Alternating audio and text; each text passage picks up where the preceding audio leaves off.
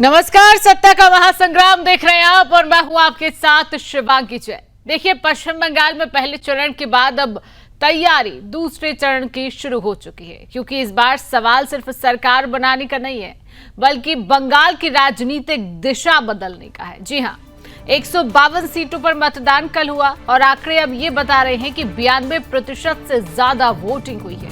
इतनी भारी वोटिंग ने सियासी गलियारों में हलचल मचा दी है। प्रधानमंत्री नरेंद्र मोदी ने साफ कहा, बंगाल में 4 मई को सिर्फ परिणाम नहीं, परिवर्तन आने वाला है। उन्होंने दावा किया कि भय जा रहा है और भरोसा आ रहा है, और इस परिवर्तन की सबसे बड़ी कमान बंगाल की बहनों ने संभाल रखी है। वहीं अमित शाह ने भी एक बड़ा दावा कर दिया है। उन्होंने कहा कि पहले चरण के बाद मिले फीडबैक से साफ है कि जनता ने अपना मन बना लिया है। बीजेपी 110 से ज्यादा सीटें जीत सकती है और दूसरे चरण के बाद बंगाल में पूर्ण बहुमत की सरकार बनने की संभावना मजबूत है। अब सवाल ये भी है कि क्या भवानीपुर, जिसे ममता बनर्जी का राजनीतिक किला माना जाता है, इस बार भी अवैध रहेगा? क्या नंदीग्राम की तरह फिर कोई बड़ा राजनीतिक झटका तैयार है? क्या शुभेंदु अधिकारी की चुनौती अब और बड़ी होने जा रही है? धार्मिक उत्सवों पर हमले, अवैध कब्जे, महिलाओं की सुरक्षा, राजनीतिक हिंसा, ये सारे मुद्दे चुनाव के केंद्र में हैं। लेकिन अब जनता पूछ रही है, क्या बंगाल में डर की राजनीति खत्म होगी? क्या तुष्टीकरण की जगह विकास की राजनीति आएगी? क्या इस बार वोट सिर्फ सरकार नहीं, व्यवस्था बदलने के लिए पड़ा है? आज की सबसे बड़ी बहस यही है, क्या बंगाल में सचमुच परिवर्तन की आंधी चल चुकी है या फिर टीएमसी एक बार फिर अपने किले को बचा लेगी? आज इसी विषय पर करेंगे चर्चा, लेकिन उससे पहले कुछ बयान आप सुनिए।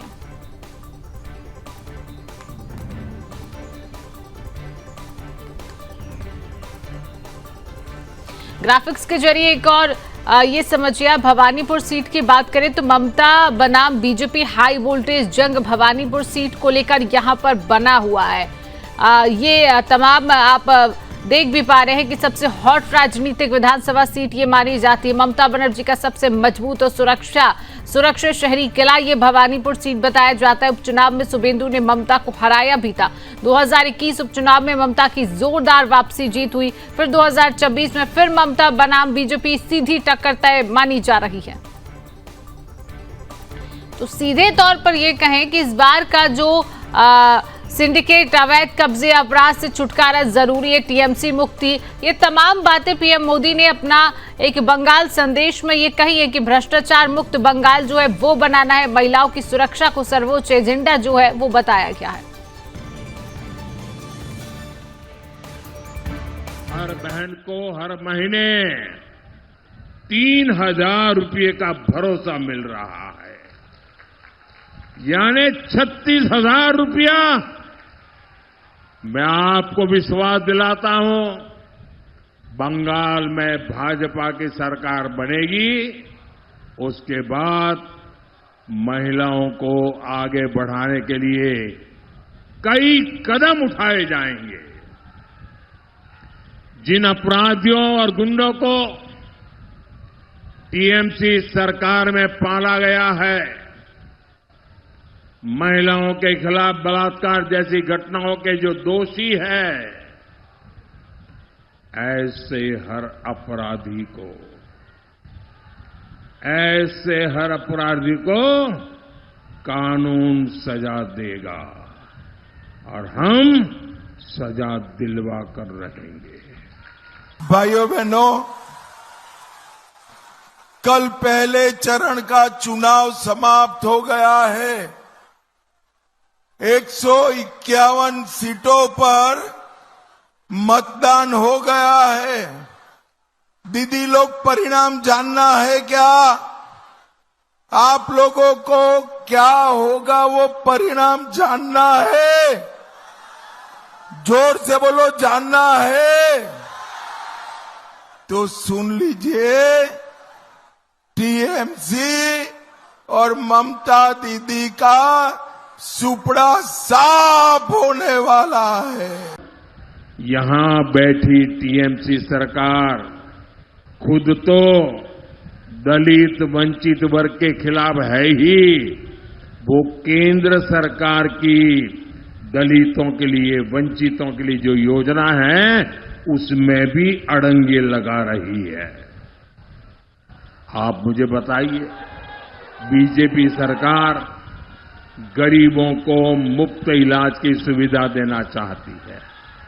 इसके लिए हम आयुष्मान भारत योजना चला रहे हैं। गरीब परिवारों के 5 लाख रुपए तक के मुफ्त इलाज का खर्च मोदी सरकार उठाती है।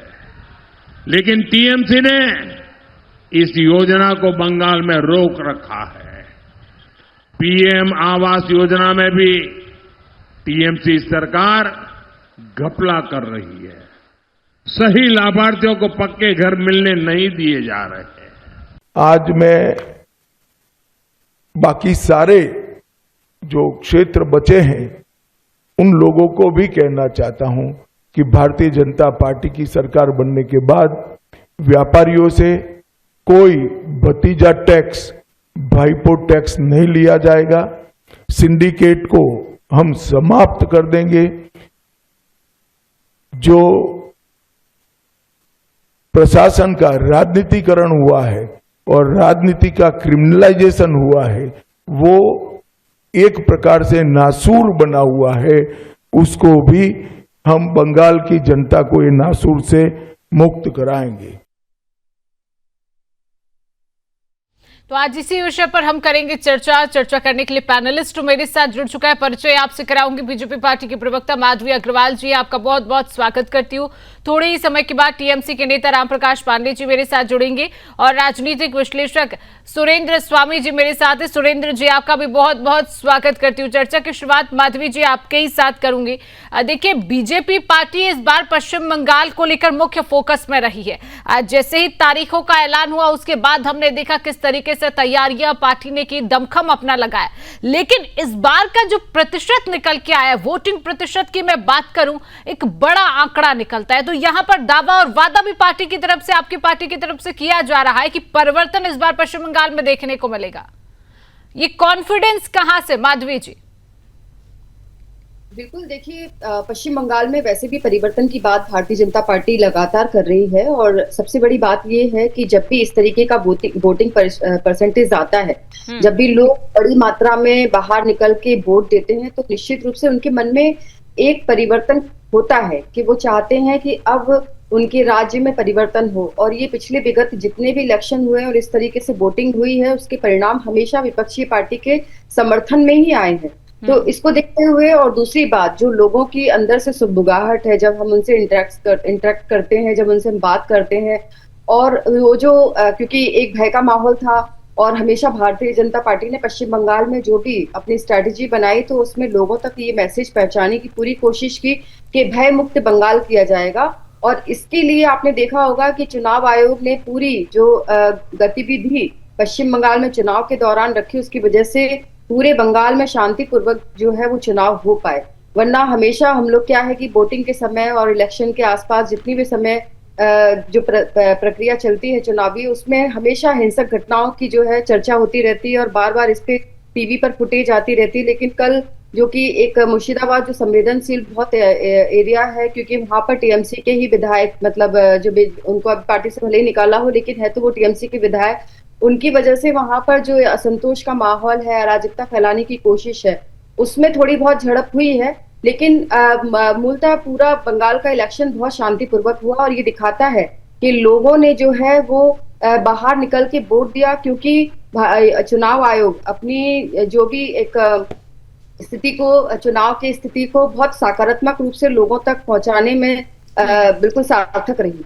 और ये देखने के लिए मिला कि आज, मतलब जो कल जो बंगाल में वोट हुए हैं, वो रिकॉर्ड जो है वो एक बनाता है वोटिंग परसेंटेज, जो कि पूरे भारत में पहली बार ऐसा हुआ है कि इतनी अच्छी तरीके से वोटिंग हुई है। तो ये हम बहुत आराम से कह सकते हैं कि पश्चिम बंगाल में लोगों के मन में जो परिवर्तन की एक ज्वाला जल रही है, वो जो इस बार जो इलेक्शन के रिजल्ट आने वाले हैं वो भाजपा के हित में आने वाले हैं, भाजपा के सपोर्ट में आने वाले हैं। चलिए ठीक है सुरेंद्र जी, जिस तरीके से एक कॉन्फिडेंस कहीं ना कहीं बीजेपी पार्टी में इस बार नजर आ रहा है, चाहे हम वो वोटिंग प्रतिशत की बात करें, क्योंकि पीएम नरेंद्र मोदी भी पहुंचे, उन्होंने कहा कि सबसे ज्यादा साथ पश्चिम बंगाल में महिलाओं का देखने को मिल रहा है, महिलाओं की भागीदारी एक रही है, क्योंकि पहले ऐसा होता था कि लोग डरे रहते थे कहीं ना कहीं टीएमसी से, और इस बार ये तमाम बयानबाजियों में में भी देखने को मिला है कि बढ़ चढ़कर हिस्सा लिया गया, लोकतंत्र के महापर्व में वोटिंग प्रतिशत बढ़ा है। तो बंगाल की राजनीति क्या रुख लेगी 4 तारीख को? क्या संभावना नजर आ रही है कि बंगाल में परिवर्तन की बयार देखने को मिलेगी? सुरेंद्र जी। नहीं, देखिए, जो कल वोटिंग हुई है 93% करीब करीब वोटिंग हुई है। तो ये 93% वोटिंग सिर्फ एसआईआर में नाम कटने की वजह से तो वो परसेंटेज नहीं आ सकता। इसका साफ साफ मतलब है कि वोटर्स ने बहुत हिम्मत करके और आगे बढ़ चढ़ करके वोट दिया है। दूसरा प्रश्न बात यह है कि ये जो पहला फेज था ये भाजपा का फेज है। पिछले बार के 2021 के चुनाव में इन्हीं सीटों पर 152 में से 59 सीट्स भाजपा ने जीती थी और बाकी जो 142 हैं उसमें से 18 जीती थी। तो आप ये लगा सकते हैं कि जो पहले फेज में ही मेन भाजपा का है। तो अगर जिस तरह की कल वोटिंग हुई है और फिर एसआईआर से भी जो घुसपैठियों के और जो अन्य लोग हैं मर गए, ट्रांसफर हो गए, उनके नाम कट गए हैं, तो उससे और इतनी बम्पर वोटिंग से ये लगता है कि कल का जो फेज है वो उसमें भाजपा का काफी अच्छा स्कोर रहना चाहिए। मेरा ये मानना है कि करीब करीब 70% स्ट्राइक रेट कल की जो चुनाव हुआ है उसमें भाजपा का होना चाहिए। तो मतलब करीब करीब 105-10 सीटें इनको कल के चुनाव से मिल सकती हैं। अब जो सेकेंड फेज, तो ये अपने आप में एक बहुत बड़ी प्रोग्रेस है। आप 60 से अगर 110 पे पहुंच रहे हैं और अगर सेकेंड फेज में भी आप थोड़ा सा इम्प्रूवमेंट करते हैं, मतलब पिछले बार जैसे आपको 18 सीटें मिली थी, अगर आप 18 नहीं अगर उसको 30 भी कर लेते हैं तो इस बात की संभावना है कि भाजपा और टीएमसी करीब करीब बराबरी पर आ जाएंगी। और अगर कल के जो 29 का फेज है उसमें आप अगर 18 के स्ट्राइक रेट को बढ़ा के 36-40 तक ले जा सकते हैं तो फिर ये कहा जा सकता है कि भाजपा उस स्थिति में होगी। तो अब ये निर्भर तो ये कर रहा है, जैसे दिख रहा है कि हम लोगों का यही था शुरू से कहना कि वहां पे लोगों का मन है सरकार बदलने का, लेकिन लोग डरे हुए हैं तो वोट नहीं डालेंगे डर की वजह। लेकिन अब जो वोटिंग हुई है ये दिखा रही है कि लोग डरे नहीं हैं, लोगों ने अपने आप पे काबू पाया है और वो वोट डालने गए, क्योंकि 93% किसी किसी बूथ में तो ठीक होती है लेकिन एवरेज 93% वोटिंग कोई मामूली वोटिंग नहीं है, बहुत जबरदस्त वोटिंग है। और अगर इतना हिम्मत करके हिंदू वहां वोट डाल रहा है तो मुझे लग रहा है सेकंड फेज में भी ऐसी ही वोटिंग अगर होती है तो फिर भाजपा वहां सरकार बनाने में निश्चित रूप से सफल होगी। लेकिन इतना हमारे को ये ध्यान रखना चाहिए कि जो सेकंड फेज है उसमें ज्यादातर मुस्लिम बाहुल्य एरिया ज्यादा है और मुस्लिमों की वहां संख्या बहुत ज्यादा है। तो उसमें अगर भाजपा को बहुत ज्यादा करने की जरूरत नहीं है, अगर 142 में ये लोग 40 भी 36-40 सीटें भी अगर उसमें से निकाल लेंगे तो बहुत अच्छा बन सकती है कि कुछ हो सकता है। ठीक है, ये संभावनाएं अब बन गई है कल के बाद संभावना बन गई है। माधवी जी, सुरेंद्र जी कह रहे हैं कि जब कल पहला चरण हुआ इतने प्रतिशत वोटिंग, एक बम्पर वोटिंग जो हमें बंगाल में देखने को मिली और अब संभावना बन गई कि हो सकता है कि आपकी पार्टी सत्ता में आए। दूसरे चरण के लिए पार्टी की क्या तैयारियां हैं, क्या नैरेटिव है दूसरे चरण के लिए पश्चिम बंगाल की जनता के लिए? शिवांगी जी, पश्चिम बंगाल में लोग जो हैं वो त्राहिमाम कर रहे हैं। आप देखते होंगे कि हम लोग लगातार जो है टीवी चैनलों पे आके डिस्कशन करते हैं जब मुद्दे जो होते हैं वो पश्चिम बंगाल में जिस तरीके से अराजकता है या भ्रष्टाचार है, और सबसे ज्यादा दुख की बात है कि महिलाओं के ऊपर जिस तरीके से अत्याचार हो रहा है, बढ़ा है ममता बनर्जी के शासन में, और एक खुद मुख्यमंत्री आकर जब सामने से बचाव करने लग जाती है अपराधियों का और महिला उत्पीड़न पर ऐसे ऐसे भाषण देती है या ऐसी बातें कहती है जो कि किसी भी तरीके से संवेदनशील नहीं दिखाई देता है।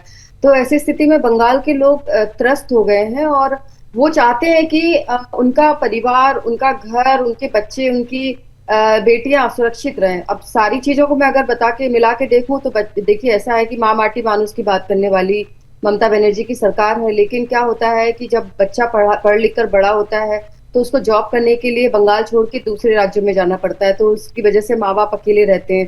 फिर वहीं बेटियां असुरक्षित हैं। जब एक हॉस्पिटल के अंदर में डॉक्टर के साथ में इतना घृणित अपराध हो जाता है, तो आप सोचिए कि लोगों की मानसिक स्थिति कैसी होगी कि बच्चा एक साथ नहीं रह सकता, बेटियां घर के बाहर सुरक्षित नहीं है, बिजनेस व्यवसाय पूरी तरीके से खत्म है। आपने देखा कि आज जो स्पीच दी उन्होंने कहा गृह मंत्री जी ने कि जैसी सरकार बनेगी वैसे ही जो यहाँ पर कटमनी की राजनीति होती है, भाई को टैक्स देना पड़ता है, उसको पूरी तरीके से बंद किया जाएगा। आज पश्चिम बंगाल में 650 से ज्यादा जो है वो लोग धंधे स्थानांतरित हो गए हैं। बहुत बड़े बड़े जो जिनकी जो हेड ऑफिसेज जो थे वो पश्चिम बंगाल में होते थे, आज वो सारे चलिए बिल्कुल। सुरेंद्र जी हमारे साथ बने हुए।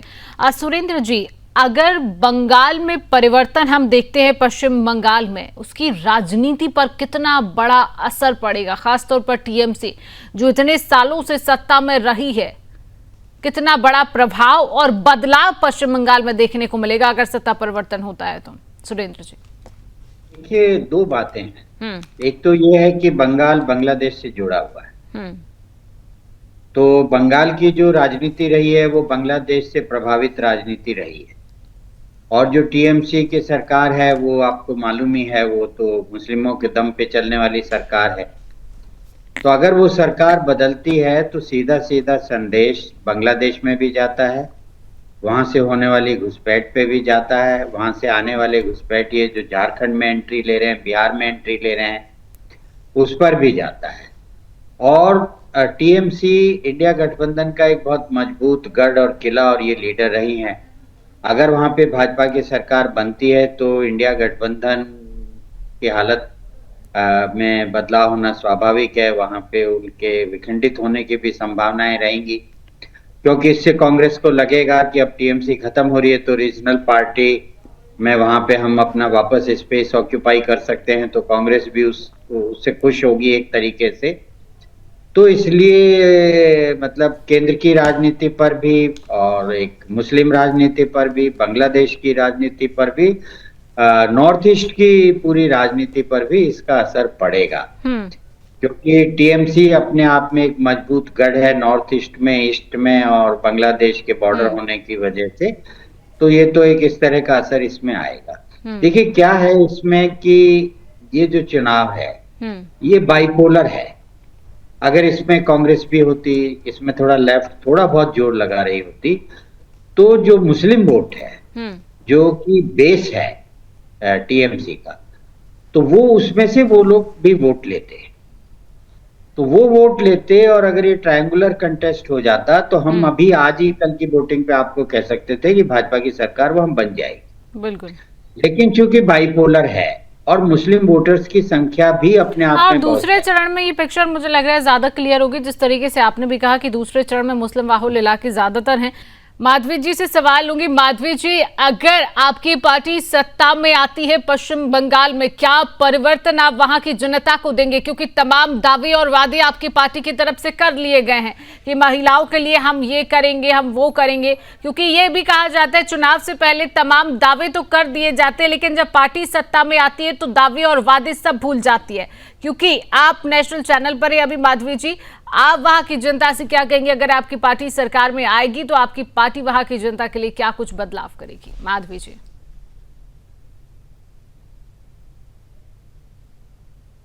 माधवी जी, आपका माइक म्यूट है, कृपया अनम्यूट करिए, आवाज मुझ तक नहीं आ रही। हाँ जी देखिए, ऐसा है कि हमारा मैनिफेस्टो जारी किया गया, उसमें सारी चीजों को बड़ी अच्छी तरीके से उल्लेख किया गया। जिन चीजों से आज पश्चिम बंगाल वंचित हो गया है, जो पश्चिम बंगाल की एक पहचान होती थी, जो पश्चिम बंगाल जिन चीजों के लिए जाना जाता था, चाहे वो आप देख सकते हैं कि मतलब राइस उत्पादन में धान उत्पादन में पश्चिम बंगाल सबसे सर्वश्रेष्ठ होता था, चाय उत्पादन में सबसे सर्वश्रेष्ठ होता था, आलू के खेत जो चासी है उनको बहुत यहाँ पे मुश्किलों का सामना करना पड़ रहा है। तो बहुत ही बारीकी से हर छोटे छोटे मुद्दों को अच्छी तरीके से देखते हुए भारतीय जनता पार्टी ने जो है अपने वादे किए हैं। और बंगाल आज जिस परिस्थिति में पहुंचा है, ऐसी स्थिति में बहुत जरूरी है कि इसको दोनों हाथों से उठाकर वापस से बंगाल की जो गरिमा है, जिसे सोनार बांग्ला इतिहास में कहा जाता था, उसकी गरिमा लौटाई जाए। सबसे पहले तो ये जरूरी है कि जो यहाँ के लोग पलायन करने के लिए मजबूर है, जो बंगाल का मानुस यहाँ से मजबूरी में दूसरे राज्यों में जा रहा है अपने आगे के जीवन यापन के लिए, वो रुके। और पश्चिम बंगाल के हालात, जैसे कि अभी सुरेंद्र जी भी बोल रहे थे, बहुत अच्छी बात उन्होंने बोली थी कि पश्चिम बंगाल जो है पूरे देश के लिए एक तरीके से थ्रेट बन गया है, क्योंकि बहुत बड़ी सीमा जो है यहाँ पर पश्चिम बंगाल की बांग्लादेश से जुड़ी हुई है। और नॉर्थ ईस्ट के लिए जो एक कह सकते हैं कि द्वार जो है वो पश्चिम बंगाल के थ्रू होकर जाता है। और नॉर्थ ईस्ट जो है हमारे देश का बहुत ही संवेदनशील और बहुत ही प्यारा खूबसूरत एक अभिन्न अंग है। और वहां पे भी अगर पश्चिम बंगाल में कुछ प्रॉब्लम होती है तो ऐसी स्थिति में क्या है कि नॉर्थ ईस्ट को भी एक तरीके, जो इतने विगत वर्षों से देखिए बहुत साल तक कांग्रेस के राज में नॉर्थ ईस्ट पूरी तरीके से दरकिनार करके रखा गया था, जो कि 14 के बाद से इसमें बहुत चेंजेस आए। मैं खुद नॉर्थ ईस्ट बहुत जाती रही हूँ, बिकॉज मैं इंचार्ज थी, तो पूरे इंटायर नॉर्थ ईस्ट को मैं देखती थी और ब्लॉक लेवल तक जाती थी। लोग बहुत खुश थे। 14 के बाद से वहां पे बहुत सारी जो मूलभूत समस्याएं थी उनके बारे में भारतीय जनता पार्टी, केंद्र सरकार और मोदी जी की स्ट्रैटेजी ने बहुत अच्छे तरीके से काम किया। लेकिन बंगाल में जो अराजकता है, जो विषमता है, जो समस्या चल रही है और तुष्टीकरण जो चल रहा है, मुस्लिमों की जो आबादी अनैतिक तरीके से बढ़ रही है, मैं भारतीय मुस्लिम की बात कभी नहीं करती हूँ, मैं उन मुस्लिम की बात करती हूँ जो बांग्लादेश से अनैतिक तरीके से, अवैध तरीके से आते हैं, उनकी बात करती हूँ, जो यहाँ पर अपने देश को, हमारे देश को अपना देश नहीं समझते, वो केवल यहाँ पे लूटपाट करने और लोगों को तंग करने और हड़पने के लिए आते हैं। तो ये इनकी तादाद बढ़ने से क्या है कि ये जो समस्या बढ़ती है उसका इफेक्ट जो है नॉर्थ ईस्ट के इलाकों पे भी होता है। और ऐसी स्थिति में पश्चिम बंगाल जो थ्रेट बन गया है, 85% जो सीमावर्ती क्षेत्र है वो बंगाल से जुड़ा होने की वजह से बहुत सारे ऐसे भौगोलिक कंडीशंस है, जैसे जहाँ पे नदियां हैं, जहाँ पे जंगल है। बिल्कुल माधवी जी, आप तमाम बातें आप कर रही हैं और आप कह भी रही हैं कि आपकी पार्टी सत्ता में आएगी तो ये सब करेगी, बदलाव करेगी, क्योंकि जो तस्वीर बंगाल की है वो तस्वीर जनता तक पहुंचे, वो खूबसूरती पश्चिम बंगाल की पहुंचे। हालांकि 4 तारीख को ये तस्वीर स्पष्ट हो जाएगी। सुरेंद्र जी बने हुए। सुरेंद्र जी देखिए, क्योंकि इस बार बीजेपी की बात ज्यादातर इसलिए हो रही है क्योंकि पश्चिम बंगाल में हमने शुरुआत से देखा टीएमसी और बीजेपी का मुकाबला पश्चिम बंगाल में सबसे ज्यादा है। एक कड़ा मुकाबला, कई सीटों पर ऐसा है कि कड़ा मुकाबला है। इस बार हम देख रहे हैं क्योंकि बीजेपी को भी एक पूरा भरोसा कहीं ना कहीं पार्टी को नजर आ रहा है कि उनकी सरकार आ सकती है। टीएमसी और ममता बनर्जी खास तौर पर कितना बड़ा झटका पश्चिम बंगाल के लिए उनके लिए होगा? नहीं, देखिए अभी तो कल के फेज के हिसाब से तो झटका लगा ही है, इसमें कोई दो राय नहीं है। कल जितनी बम्पर वोटिंग हुई है तो उसमें तो हम लोग ही असेसमेंट लगा रहे हैं कि 110-15 सीट के आसपास कल के चुनाव में भारतीय जनता पार्टी जीत सकती है, जिस तरह की 93% वोटिंग हुई है। और इसलिए हम ज्यादा कॉन्फिडेंस से कह रहे हैं कि क्योंकि 1-2 जिले मुर्शिदाबाद और उनको छोड़ के पहले भी चूंकि भाजपा यहाँ सीट जीती है, इसका मतलब यहाँ पे हिंदू जनसंख्या ज्यादा है और इतनी बम्पर वोटिंग हुई है तो मतलब हिंदू निकल के बाहर आया है, वरना अदरवाइज 93% वोटिंग नहीं हो सकती थी। अगर मैं आपको इसको दूसरे तरीके से समझाऊं बिना फेज वाइज, कि पश्चिम बंगाल में 145 करीब सीटें ऐसी हैं जहां हिंदू आबादी 80% के आसपास। उसके अलावा करीब 50 सीटें ऐसी है जहां मुस्लिम आबादी 30-40% के आसपास। तो अगर हम उस हिसाब से कल की वोटिंग को अगर हम अपना आधार बनाएं तो 145 सीटों में कल के फेज की बात। चलिए बिल्कुल सुरेंद्र जी, थोड़ा सा रोकूंगी, मुझे कमांड बार बार मिल रही है। आज समय का अभाव है, आज की चर्चा को मैं यहीं रोकूंगी। आप दोनों पैनलिस्ट मेरे साथ जुड़े, आप दोनों ने मुझे समय दिया, आप दोनों का मेरे साथ जुड़ने के लिए, समय देने के लिए बहुत बहुत धन्यवाद। पश्चिम बंगाल में दूसरे चरण का चुनाव है। हालांकि जो बंपर वोटिंग पहले चरण में देखने को मिल रही है, ये कहा जा रहा है थोड़ी बहुत तस्वीर पश्चिम बंगाल की साफ हो रही है, लेकिन 4 तारीख तक का इंतजार करना होगा। 4 तारीख को यह तस्वीर पूरी तरह से स्पष्ट हो जाएगी कि आखिरकार पश्चिम बंगाल में क्या सत्ता परिवर्तन होगा, क्या परिवर्तन की बयार इस बार पश्चिम बंगाल में देखने को मिलेगी या फिर टीएमसी सत्ता में बरकरार रहेगी। 4 तारीख तक का इंतजार। लेकिन फिलहाल इस खास चर्चा में इतना ही। आगे देश और दुनिया की तमाम खबरों को जानने के लिए आप देखते रहिए सुदर्शन न्यूज।